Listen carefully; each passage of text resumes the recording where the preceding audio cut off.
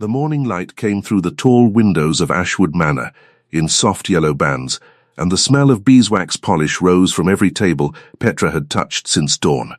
She set the last silver spoon in its place at the sideboard and stepped back, listening to the small clock on the mantel tick its careful way toward 8. The house was still. The fire in the front parlour snapped once, then settled, and the scent of wood smoke drifted out into the hall where she stood, with her hands folded at her waist. She counted the ticks. She always counted the ticks. It was a habit she had kept for 3 years now, since the day she had first come to work as a companion to old Lady Marek, and she counted them the way some women counted stitches, as a way to keep her mind steady when the day was long. She had learned the shape of the house by now. She knew which stair creaked and which did not. She knew the smell of the linen cupboard, dry lavender and starch, and the smell of the back kitchen, yeast and coal, and the sharp bite of cold iron. She knew that the west corridor grew cold by 4 in the afternoon and warm again by 7, and that the tall clock in the library was 2 minutes fast. She knew that Lady Marek took her tea at 10:30, and that the tea must be poured before the old woman came into the room, or she would say the pot had grown weak. Petra was not a housekeeper. She was not a maid. She was a companion, which was a soft word for a woman without money who had been given a roof and small pay in exchange for reading aloud and fetching shawls and listening to the same stories about the same dead husband. She did not mind. Lady Marek was sharp but not cruel. The house was warm, the food was good, and the library, which was the largest room in the manor, was hers to use in the quiet hours before the household woke. She was 24. She had brown hair that would not stay pinned and grey eyes that people rarely noticed, and she was tall in a way that made her feel too visible in ballrooms and too small in libraries. She had learned, over years, to move through rooms without being seen. It was not a talent she had wanted. It was simply what had happened. She heard the front bell ring. It was too early for callers. She frowned, smoothed her apron, and went to the door herself because the footman was still at his breakfast in the back. The bell rang again, and she opened the heavy oak door with both hands. A tall man stood on the step. He was dressed for travel, a long dark coat streaked with the dust of the road. His hat held loose in one gloved hand. His face was pale under the brim of the morning light, and there was a fine sheen of sweat on his brow, though the air was cool. She saw all of this in one moment. She saw, in the next moment, that he was not well. His mouth was set in a thin line, and his eyes were fixed on the doorway behind her, as if the doorway were a great distance off. "Good morning," she said. "May I help you, sir?" He opened his mouth to answer. He did not answer. He took one step into the hall, and then he swayed. She saw the sway. She saw the pale hand reach for the doorframe and miss. She saw the long dark shape of him tip toward the stone floor, and she saw, past his shoulder, the wide curve of the great staircase behind him, where the polished steps ran down from the upper landing to the marble hall. She did not think. She moved. She caught him under both arms as he fell, and the weight of him drove her back against the doorframe with a jolt that knocked the breath from her chest. He was heavier than he looked. Tall men were always heavier than they looked. She braced her feet on the stone and held him against her, and for a long moment she could hear nothing but her own breath and the ticking clock and the far bright call of a blackbird in the garden. His head was against her shoulder. His hair smelled of rain and horses and something clean underneath, soap perhaps, or nothing at all. He was cold to the touch. His cheek, when it brushed her jaw, was cold, and she felt the small rough scrape of a day's beard against her skin. She looked past him at the staircase. The stairs were 7 paces behind him. If she had opened the door a second slower, if he had taken one more step before the sway had come, he would have gone down those stairs. She had seen a man fall downstairs once when she was a child, and she remembered the sound. It was not a sound she wished to hear again. "Sir," she said, close to his ear. "Sir, can you stand?" He made a small sound, not quite a word. His weight shifted, and she felt him try to take his own feet under him. He did not manage it. She braced herself harder, one arm around his back, the other steady against his chest, and she called out, not loud, because she did not want to frighten the house. "Marta, Marta, come here, please." The cook came from the back hall with flour on her hands. She saw the sight in the doorway and stopped and made a small round shape with her mouth. "Miss Petra." "Help me," Petra said. "He is fainting." "Do not scream. Come and take his other side, and we shall bring him to the small parlour." Marta came. She was a broad woman with strong arms, and between them they eased the tall stranger down from the doorframe and walked him, half stumbling, half carried, into the small parlour off the front hall. They set him on the long green couch. His head fell back against the cushion, and his eyes closed, and for a moment Petra thought he might have died in her arms. She pressed 2 fingers to the side of his throat, under the sharp line of his jaw, and she felt the pulse there, slow but steady. "Fetch water," she said, "and a cold cloth. And send Tom for the doctor." Marta went. Petra knelt by the couch and looked at the man. He was, she thought, perhaps 30. His hair was dark and cut shorter than the fashion, and his face was thin, with a strong nose and a mouth that even in sleep looked stern. There were fine lines at the corners of his eyes that suggested a man who had spent time out of doors. His coat was of very good cloth. His boots, though dusty, were the boots of a man who could afford good boots. His gloves, when she peeled one back to feel the temperature of his hand, were soft as butter. His hand was cold. She held it for a moment between her own, rubbing warmth into the knuckles, and then she set it down and drew back her fingers as if she had touched something she was not meant to touch. He did not stir. She fetched a blanket from the chair by the fire and laid it over him. She unbuttoned the top of his coat. Only the top, only enough to let him breathe, and she saw that his shirt was fine linen, and that a small dark ribbon hung around his neck under the collar. She did not lift it. She had no business lifting it. Marta came back with a bowl of water and a folded cloth. Petra wet the cloth and pressed it to his forehead, and the cool of it made him draw a longer breath at last. His eyelids fluttered. "Sir," she said, low, "can you hear me?" His eyes opened. They were dark, so dark she could not tell if they were brown or grey or some colour between. They found her face and stayed there. "Where?" he said. The one word came out rough. "Ashwood Manor," she said. "You came to the door and you fainted, sir. You are quite safe.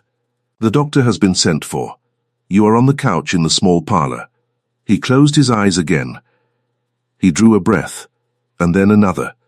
She saw the shape of him settle into the couch, and she thought, "He has been in the saddle too long, and he has not eaten, and he has been sick, and did not tell anyone." She had seen this before, in her father, before her father had died. Men rode themselves into the ground and called it duty. "Your name," he said, without opening his eyes. "Petra Whitcomb, sir. I am companion to Lady Marrick." "Whitcomb," he said, as if he were trying the word. "Yes, sir. And yours?" He was quiet for so long she thought he had gone under again. Then he said, "Callum, Mr. Callum," he said. "That will do." She did not press him. He was pale as paper, and the small effort of speaking had left him more tired than before. She put the cloth back into the bowl and folded her hands in her lap and waited. The doctor came within the hour. He was a small man in a long brown coat with a bag that smelled of camphor. He looked the stranger over, pressed his ear to the stranger's chest, felt his pulse, lifted one of his eyelids, and clucked his tongue. "He has ridden through the night," the doctor said, "and he has not eaten since yesterday morning, and he has a fever that has been coming on for 2 days at least. He is not in danger. He is exhausted. He will sleep now, and when he wakes he must eat, and drink weak tea, and stay off horses for a week." The doctor snapped his bag shut. "I take it he is a guest of the house?" Petra looked at the stranger. His eyes were closed again. His hand lay open on the blanket, palm up, and she saw a small white scar along the base of his thumb. "He came to the door," she said carefully. "He was expected, I believe." The doctor nodded, and did not ask more. He was a discreet man, which was why Lady Marrick paid him well. He took his fee, and his hat, and went. Petra stood in the parlor with the stranger, and Marta went back to her kitchen, and the house began to wake around them. She stayed with him until noon. She did not read. She did not sew. She simply sat in the chair by the couch and watched the slow rise and fall of his breath and listened to the small sounds of the fire. Once his hand twitched in his sleep and she reached out without thinking and set her fingers on his wrist, and his breathing steadied. She drew her hand back and felt her face warm and was glad no one had seen. Lady Marek sent for her at 12:30. The old lady was in her sitting room upstairs, propped against 3 pillows in her tall chair by the window. With her small white dog in her lap and her cane laid across her knees. She was 73 years old. Her hair was thin and white and pinned in the fashion of 40 years past, and her eyes were bright and did not miss much. "Petra," she said, "what is this I hear about a man on my couch? He came to the door this morning, my lady. He was ill. I caught him before he fell down the stairs." "Caught him?" "Yes, my lady." Lady Marek tapped one thin finger against her cane. "Describe him." Petra did. The tall figure, the good coat, the dark ribbon at the neck, the single name given. Lady Marek was quiet. Then she said, "Callum, you say?" "Yes, my lady." The old woman's mouth tucked at one corner. It was not a smile. It was something older than a smile. "Well," she said, "he may stay. See that he is given the blue room when he is fit to be moved."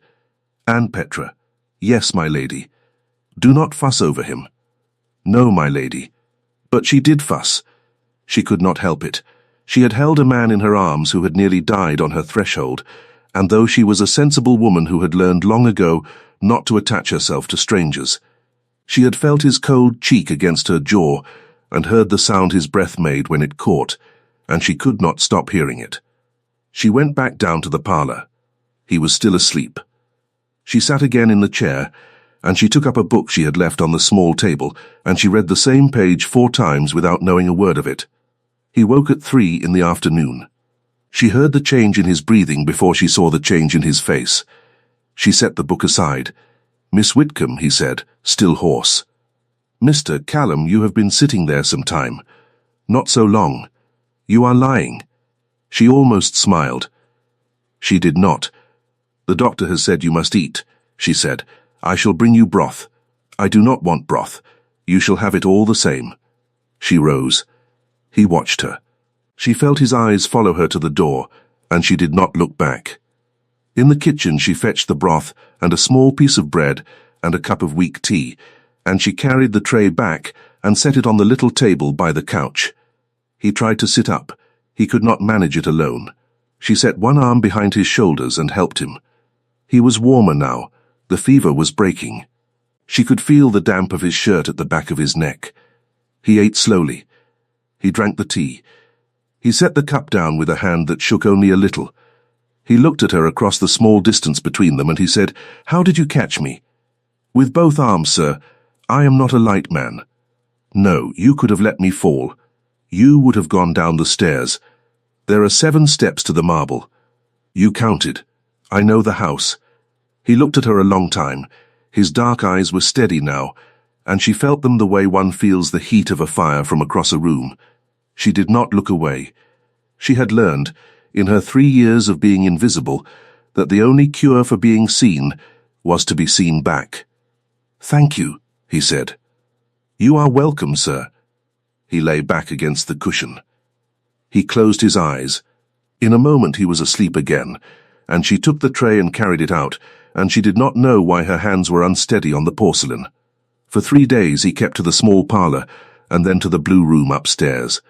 He was a poor patient. He did not like broth. He did not like tea. He did not like being told when to sleep. He wanted his boots and his coat and his horse, and the doctor forbade all 3. Petra brought him books from the library. He read them, and he asked for others. He asked for a book of maps once, and she brought him one, and she watched him trace a line with his finger from London north across the counties, and stop somewhere in the middle of the page, and she did not ask what he was tracing. He asked her questions, small ones at first. How long had she been at Ashwood? Where had she come from? What did she read when she chose for herself? She answered them plainly. She had been at Ashwood 3 years. She had come from a village in Suffolk, where her father had been a clergyman, and had died when she was 19, and had left her nothing but debt and books. When she chose for herself, she read history. Mostly, she did not care for novels. Too many people in them behaved in ways she did not think real people behaved. He almost laughed at that. It was the first time she had seen his mouth move toward a smile, and she felt something small and warm turn over in her chest, and she made herself set it aside. "And you, Mr. Callum?" she said, because it was only fair. "What brings you to Ashwood?" He was quiet. He set the book of maps aside. He looked at his hands. "Business," he said. "With Lady Marrick?" "Yes, she has not spoken to me of any business." "No," he said. She would not. She let that be. She had not been raised to press a man on what he would not say. She rose to leave. At the door she paused and looked back. "Mr. Callum, yes, you are welcome here as long as you need to be. But you have not told me your true name, and I think we both know it." He did not answer. She went out and closed the door softly behind her, and she stood in the corridor with her hand still on the knob for a moment before she moved on. That evening Lady Marrick called her into the sitting room again. The old woman was working at a small piece of embroidery she had been working at for 4 years and would never finish. She did not look up when Petra came in. "Sit," she said. Petra sat. "He is the Duke of Ravenmore," Lady Marrick said without ceremony. "His name is Callum Ash. He is my late husband's godson. He was to arrive next week for a fortnight. And he has arrived a week early and half dead on my doorstep, and that is very like him." Petra was quiet. She looked at her hands in her lap. She thought of the man on the couch, cold in her arms, his cheek against her jaw. She thought of how she had unbuttoned the top of his coat. She thought of how she had held his hand. "I see," she said. "Do you?" "Yes, my lady." "Then you understand why I did not tell you before." "I understand." Lady Marrick set her embroidery down. She looked at Petra over her spectacles. Her eyes were very sharp. "He is a good man," the old woman said. "He is also a duke, which is not the same thing. Do you follow me?" "Yes, my lady." "Good. May I ask, my lady, why he came in disguise?" "He did not come in disguise. He simply did not correct you. There is a difference, and it is small, but it is real." "Yes, my lady." Lady Marrick took up her embroidery again. "You caught him, they tell me." "Yes, my lady, with both arms." "Yes, well." The old woman pulled a stitch through the cloth. "Then you have done him a service he cannot repay. That is a strange debt to hold. Mind it." Petra rose. She curtsied. She went out. In the corridor she stopped by the tall window and pressed her forehead to the cool glass and breathed once, twice, 3 times. Outside the garden was blue in the last light. A blackbird was singing on the low stone wall. She had held a duke in her arms this morning, and she had not known, and she thought, very quietly to herself, that it did not change what she had done. And it did not change what she had felt. It only changed what could be done about it. She went to bed early. She did not sleep. He came down the next morning. She was in the library watering the small plants Lady Marrick kept in the window, when she heard the step behind her. She knew the step. He was still not steady. She turned. He was dressed. His coat was brushed. His boots were clean. He looked, in the light of the library, taller than he had looked in the doorway, and less pale, and something else that she did not have a word for. His eyes found her. "Miss Whitcomb." "Your Grace." He stopped. The word was small and quiet, and it fell between them like a stone dropped into still water. She watched the rings of it spread out, and did not look away from his face. "Ah," he said. "Lady Marrick told me last night." "I see. I would have caught you all the same, sir." The corner of his mouth moved. It was not a smile. It was closer to a smile than anything she had seen on his face. "I know you would have," he said. He crossed the library slowly. He set one hand on the back of a chair and stood a moment, and she could see the tiredness still in him. She set down the little watering can. You should sit, she said. I should. Then sit. He sat. She sat across from him, because it seemed the kind of thing one did, and for a moment neither of them spoke. The fire snapped. A carriage went past on the far road, the small sound of hooves and wheels. The room smelled of leather and old paper, and the beeswax she had rubbed into the shelves the week before. "Why did you not tell me?" she said at last. He looked at his hands. His hands were fine, long, marked at the base of the thumb with the small white scar she had seen. "I have been at Ashwood twice before," he said. "Once when I was 19. Once when I was 24. Both times I came as the Duke of Ravenmore. Both times the household knew me before I arrived. Both times I was met at the door by every servant lined up in the hall, and by every daughter and niece within 30 miles who had happened to be visiting Lady Marek for the week." His mouth moved again. "I do not enjoy it, Miss Whitcomb. I do not enjoy being met. So you came a week early." "So I came a week early. I rode from London. I did not send word. I meant to arrive in the afternoon, tired and quiet, and to speak with Lady Marek before the household knew I was here. Instead, I arrived at the door of a woman who did not know me, and would not have cared if she had. I would have cared, sir. I would have prepared the blue room. You would have been polite. That is not the same as caring." She thought about that. It was true. She would have been polite. She would have curtsied and prepared the room and put out the good tea. She would not have caught him with both arms. She would have called the footman. She would have been correct. "You are angry," he said. "No, sir. You should be. Perhaps a little." He nodded. "Slowly, I do not blame you." "I did not say I blamed you." They were quiet again. The fire snapped. She looked at him, and she thought, this is a man who has been treated as a title all his life, and who wanted once to be treated as a man. She could understand that. She had spent 3 years learning to be treated as furniture, and it had made her tired in a way she could not explain to anyone. "Your Grace," she said. "Callum." "Sir, it is not proper. It was proper enough 3 days ago. 3 days ago I did not know."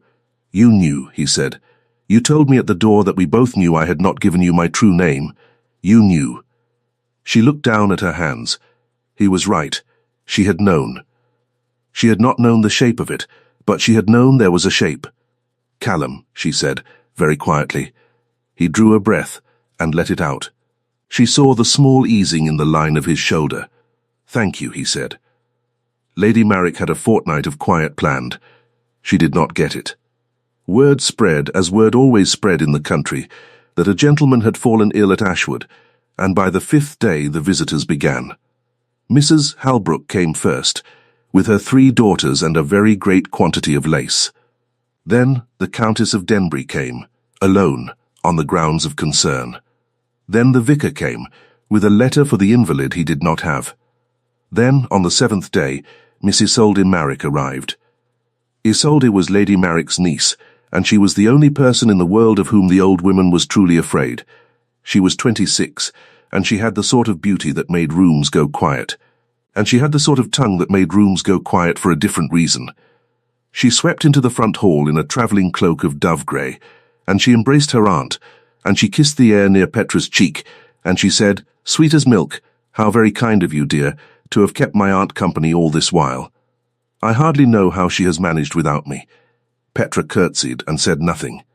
She had learned in 3 years that saying nothing was very often the best thing to say to Isolde Marek. Isolde had, of course, come for the Duke. She did not say so. She said she had come to see her aunt. But her trunks were 3, and her maid was in her best cap, and her hair had been dressed with a care that no travelling day required. The Duke was in the library when she came in. Petra was there too, on the low stool by the fire, mending a torn lace on one of Lady Marek's caps. Isolde swept in, and the Duke stood, and Isolde smiled a smile that Petra had seen before on other women in other rooms, and Petra bent her head over her work and became furniture again. Isolde was clever. She did not fawn. She spoke of horses, of London, of a mutual acquaintance, of a play she had seen. The Duke answered her politely. Petra listened to the sound of his voice and thought that it was the same voice that had said her name at the door on the first morning, and that it was not the same voice at all. At tea, Isolde said, "And who caught you, Your Grace, when you fell?" Aunt Marek told me the tale. "Miss Whitcomb caught me." "Miss Whitcomb? How very fortunate. I did not know she was so strong." Petra kept her eyes on her cup. "She is stronger than she looks," the Duke said. His voice was even. "She caught me before I went down the stairs. 7 steps to the marble, she counted. She counted." Isolde laughed. It was a pretty laugh. How very like her. She counts everything, poor dear. I have often thought it was a habit that came from having nothing else to do. There it was. The precise cut. The words were sweet, and the edge was clean. Petra did not lift her head. She felt the room go still. She felt Lady Marek's cane touch the floor. Once. Hard. She felt the Duke draw a breath and hold it. She set her cup down. She did not set it down hard. She set it down the way she set down everything, with care, without noise. She looked at Isolde. She smiled a small and very polite smile. "I count, Miss Marek," she said, "because I was taught to. My father was a clergyman. He said a woman who counts her steps in the dark will not fall. I have found it useful." Then she rose. She curtsied to Lady Marek, and to the Duke, and last correctly, to Isolde. She said, "If you will excuse me, my lady, I have a matter in the linen room that will not wait." She walked out. She did not hurry. She did not slow. She crossed the front hall, past the 7 steps to the marble that she had counted 3 years ago, and had counted every day since. And she went into the linen cupboard, and closed the door, and stood with her forehead pressed to the cool wood, and her hands flat against her sides. She did not cry. She had learned long ago not to cry over Isolde Marek. But she was angry. She was angry in a way that was clean and old and useful, and she stood in the dark of the linen cupboard and let it move through her the way the sea moves through a channel. When it was done, she opened the door and went about her work. That night, the Duke did not come down for supper. Lady Marek took her meal on a tray in her sitting room. Isolde ate alone in the dining room, with the candles lit and the silver out and no one to see her. Petra ate in the small parlour with a book. She did not know what she read. Later, when the house was quiet, when the fire in the library had burned low and the clocks had chimed 11, she went in to bank the coals for the night. She did not expect to find anyone there. He was in the deep chair by the fire. He was not reading. His hands were folded in his lap, and his eyes were on the low red glow of the embers. "Miss Whitcomb." "Your Grace." "Callum, Callum." She banked the coals. She did it slowly, with the small brass tool, and she did not look at him. He watched her. "You did not have to leave the room today," he said. "It was better that I did." "It was not." "It was, sir, I know, Miss Marek. She would have gone on. I have seen her go on for an hour when she has a subject and a room. I did not care to be the subject. You did not deserve it. That is not the same as not receiving it." He was quiet. She finished the coals. She stood up. She dusted her hands against her apron. "Good night, Your Grace." "Petra." She stopped. He had not used her given name before. She stood very still. "Sit," he said. "Sir, sit, please." She sat across from him in the small chair by the fire. She kept her hands folded in her lap. "Why did you come to Ashwood?" he said. She looked at him. "When your father died," he said. "When you were 19. You came here." "Why here? Lady Marek was my mother's cousin. She wrote when she heard of the debt. She said she had need of a companion. I do not know if it was true. She was kind to say so. She is not usually kind. She is kind to me." "Yes," he looked at the fire. "She has spoken of you in her letters for 3 years. Has she? Not often. Once or twice. She said at one point that you were the only person in her household who did not speak to her as if she were dying." Petra almost smiled. "She is not dying. She will outlive us all." She said that also. She said, "This Whitcomb girl knows I am not dying, and she does not treat me as though I were. It is a rare thing. I did not know. She would not tell you. She does not tell people what she values. It is one of her ways. Petra looked at the fire. The embers had settled into a low red bed, and the smell of wood smoke and warm iron rose from the grate, and somewhere in the house a clock ticked toward midnight. "Callum," she said, very slowly, the way one places a foot on ice. "May I ask you something?" "Yes, when you came to the door." "When you fell, what were you thinking?" He was quiet a long time. She thought he was not going to answer. Then he said, "I was thinking that I was very tired, and that the door was open, and that someone was standing in the doorway, and I could not see her face because the light was behind her, and I thought, if I fall, she will see it, and I did not want her to see it. That was my last thought before I fell, that I did not want the woman in the doorway to see me fall." "I did not see you fall, sir. No, you caught me." "Yes." He looked at her. His dark eyes were very steady, and the fire moved across his face in slow, warm bands. She felt the moment stretch. She felt the small ticking of the clock. She felt the weight of a house asleep around them. She felt the beat of her own heart in her throat, and the small, dry warmth of her hands folded in her lap, and she thought, "This is a moment I will remember. I will remember the smell of the coals, and the sound of the clock, and the way he is looking at me now. I will remember this, when I am old." She rose. "Good night, Callum. Good night, Petra." She went upstairs. She did not sleep for a long time. The next morning she came down to find that a small vase of hothouse violets had been set on the sideboard in the front hall. She did not know how they had come there. Nobody in the house had violets. She thought perhaps Lady Marek had ordered them, and she did not ask. Isolde stayed. She had said she would stay a week. She stayed 10 days. In those 10 days she pursued the Duke of Ravenmore with the patience of a very good hunter. She rode with him in the mornings, when he was fit to ride. She sat by him at supper. She played the pianoforte in the drawing-room in the evenings, and she played well. She spoke French to him and about him, and she was clever, and she was beautiful, and she was, in the way that mattered, entirely wrong. Petra kept out of the way. She had her work. She had her books. She kept to the library in the mornings and to Lady Marek's rooms in the afternoons, and she did not go to the drawing-room in the evenings unless she was called. She was rarely called. She noticed things she had not meant to notice. She noticed that the Duke did not laugh at Isolde's clever remarks. He answered them, politely, and moved on. She noticed that when Isolde touched his sleeve, which she did often, he did not draw back, but he did not lean in. She noticed that when he came into a room, his eyes moved once around it before they rested anywhere, as if he were looking for something. She noticed that when she was in the room, his eyes found her first, and then moved on. She told herself she had imagined it. She had not.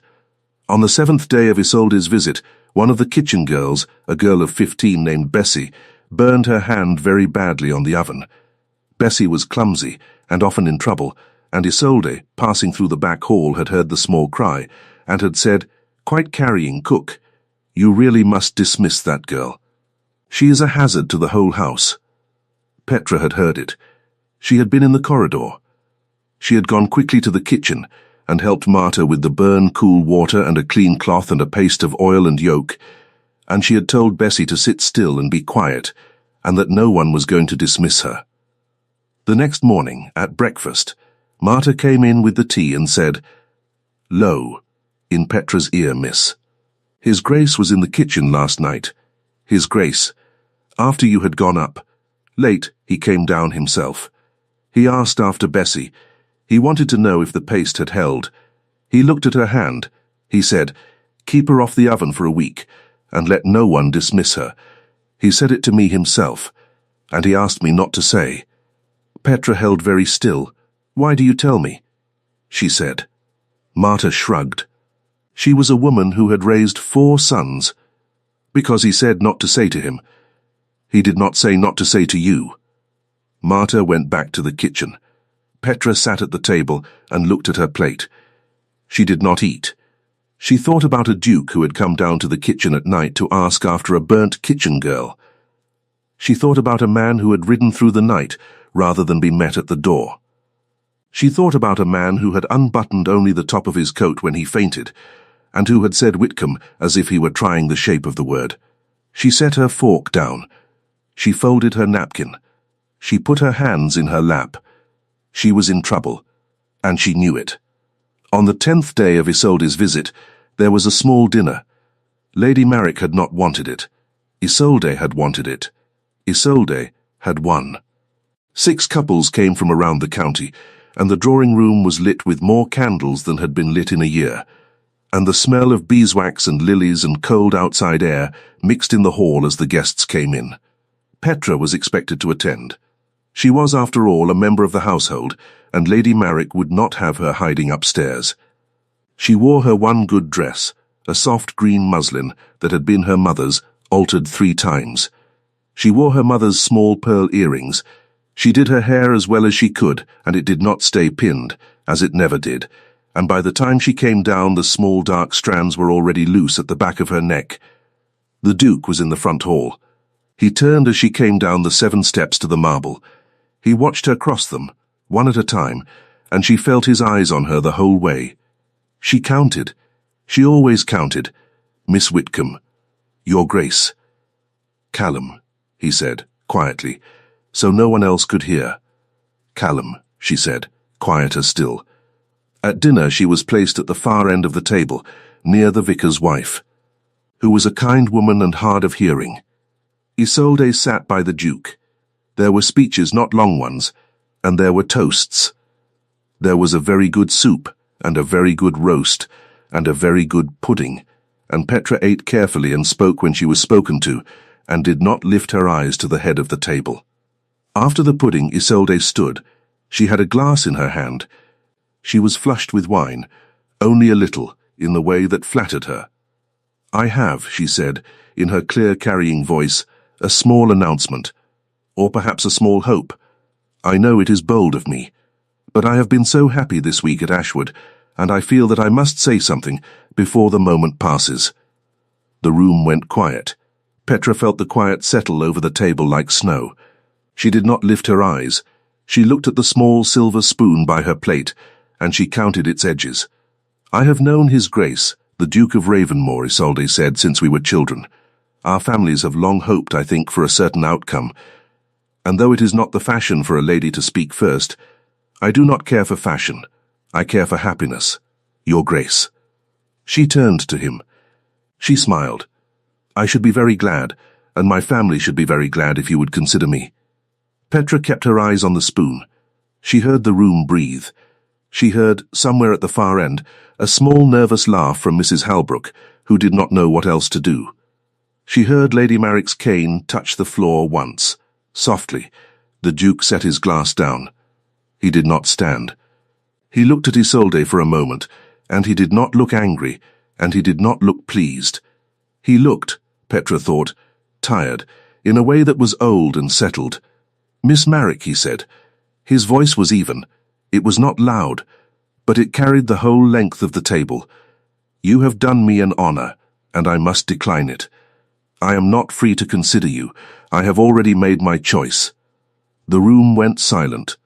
Not a polite silence, a true silence. Petra heard the small hiss of a candle in the sconce by the door. She heard the tick of the tall clock in the corner.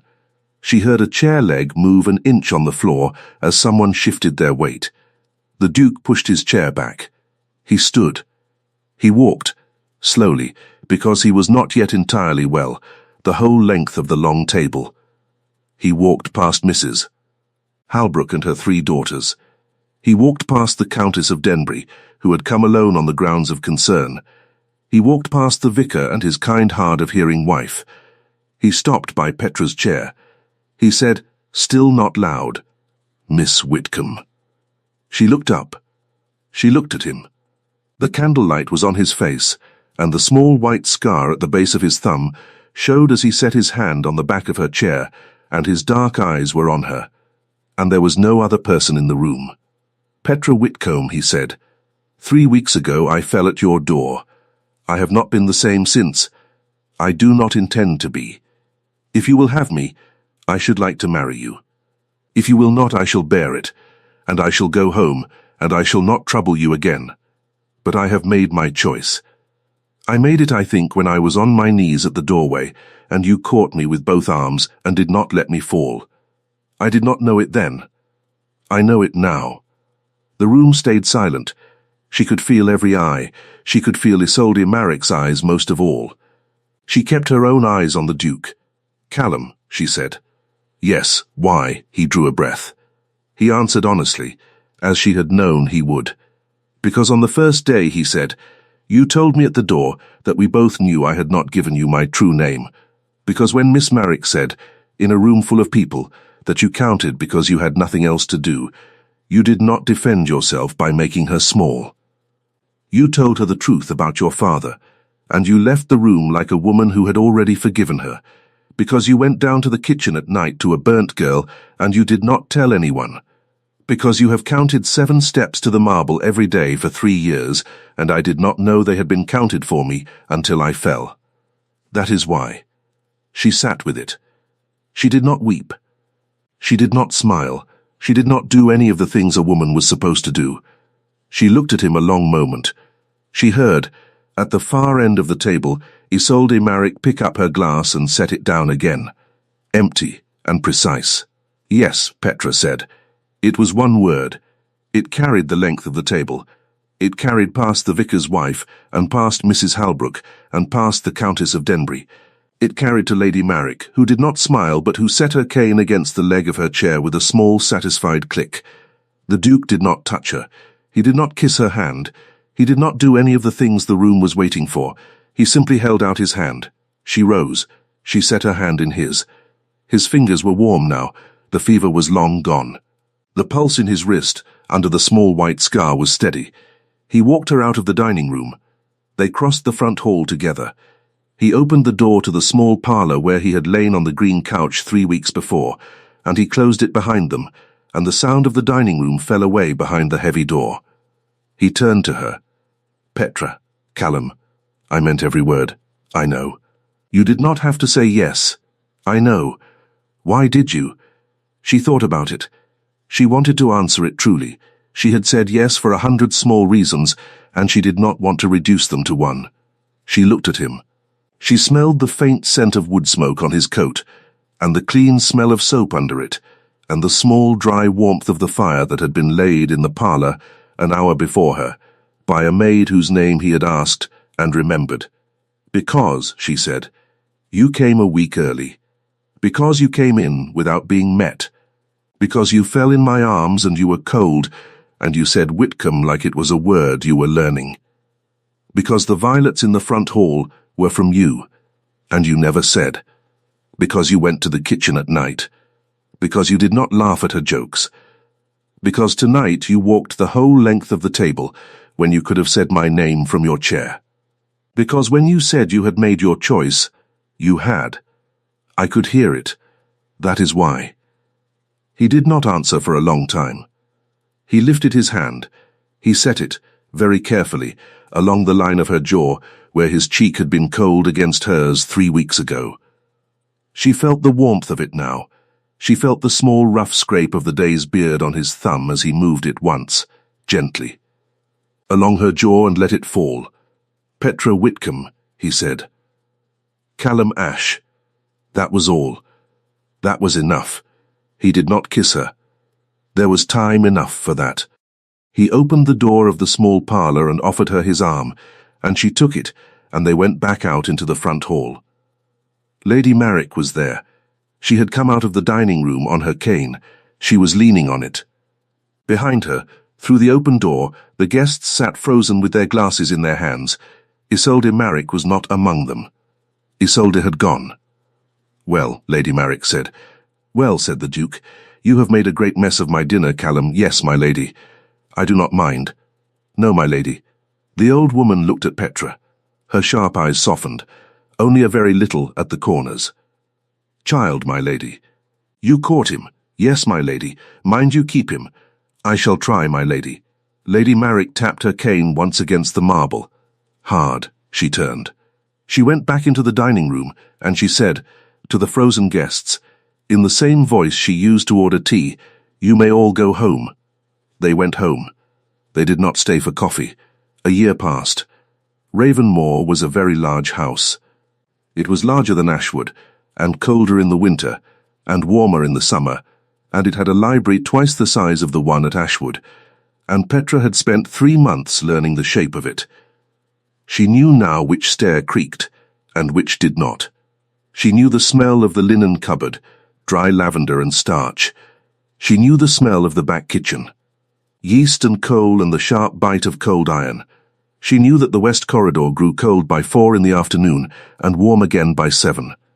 She knew that the tall clock in the library was 2 minutes fast, because Callum had never had it adjusted, because he liked it that way.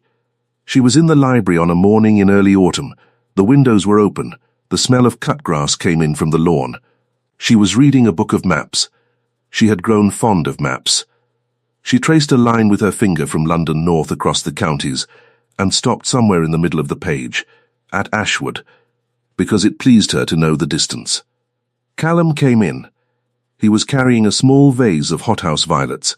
He set it on the table by her chair without a word. He sat across from her. He picked up a book. He read. She did not say anything about the violets. He did not say anything about the violets. The clock ticked on, 2 minutes fast. Outside, a blackbird called on the low stone wall. The fire, though it was not yet cold enough to want a fire, had been laid all the same. Because he had asked for it laid, because she liked the smell. She counted the ticks. She had not stopped counting. She thought, perhaps, she never would. She had counted 7 steps to the marble at Ashwood every day for 3 years without knowing why, and she had counted them because she had been taught by her father that a woman who counted her steps in the dark would not fall, and she had, in the end, caught a man who had. She looked up from her book. He was watching her over the top of his. Callum, Petra, nothing, she said. Only that you are here. I am here. He set the book down. He crossed the small space between them.